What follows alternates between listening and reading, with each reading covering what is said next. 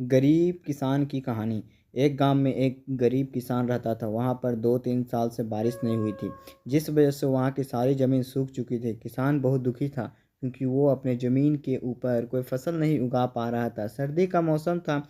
आज किसान पेड़ के नीचे आराम कर रहा था, तभी उसे वहां एक सांप नजर आया। वह सांप अपना फन फैलाए हुए बैठा हुआ था। किसान के मन में एक बात आई, ये काफ़ी सालों से यहाँ रहता है, इसे भी इस अकाल के समय में मेरी तरह खाना ढूंढने में परेशानी होगी। फिर गरीब किसान ने मन ही मन यह तय किया कि वो हर रोज़ सांप को एक कटोरी दूध पिलाएगा। अगले ही दिन किसान एक कटोरी में दूध ले आया और सांप के बिल के पास से रख कर कहने लगा, हे नागराज, आपको मेरा प्रणाम। मैंने कभी ध्यान नहीं दिया कि आप भी यहाँ रहते हैं। सूखे की वजह से मैं तो परेशान हूँ और मुझे लगता है कि आप भी परेशानी में होगी, इसलिए अब मैं रोज़ आपको एक कटोरी दूध पिलाया करूँगा। ये बोलकर किसान ने वो कटोरी वहीं छोड़ दी और वहाँ से चला गया। अगले दिन सुबह जब वह कटोरी लेने वापस आया तो उसने देखा कि कटोरी में कुछ चमक रहा है। किसान ने कटोरी को उठाकर देखा तो उसके अंदर एक सोने का सिक्का था।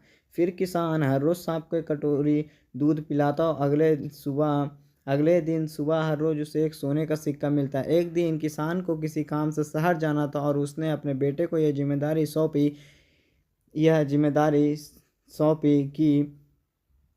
यह जिम्मेदारी सौंप दी कि कटोरी दूध सांप के बिल के पास रख देना। किसान के बेटे ने अपने पिता के कहे अनुसार एक कटोरी दूध सांप के बिल के पास रख दी। अगली सुबह उसे भी सोने का सिक्का मिला।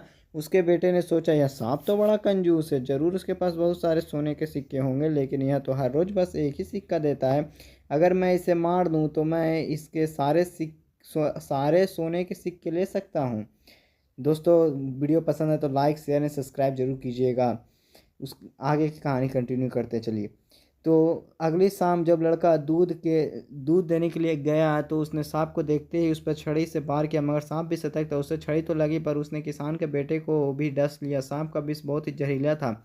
देखते ही देखते किसान के बेटे की मौत हो गई और जख्मी सांप अपने बिल में वापस चला गया। जब किसान वापस लौट कर आया तो उसे अपने बेटे की मृत्यु के बारे में पता चला। साथ ही वह बहुत दुखी और क्रोधित होकर सांप के के पास उसे मारने पहुंचा।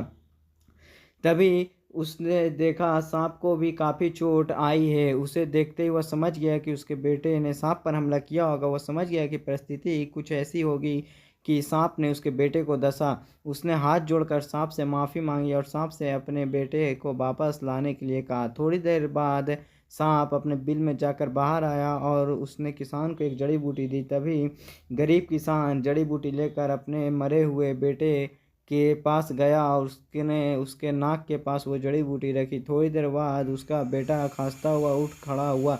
जिंदा होने के बाद किसान के बेटे को उसकी गलती का एहसास हुआ। वो अपने पिता के साथ सांप के बिल के पास गया और उसने हाथ जोड़कर माफ़ी मांगी और बोला, हे नागराज, मुझे क्षमा कर दीजिए। अब मैं किसी भी पशु पक्षी या जानवर को हमला नहीं कर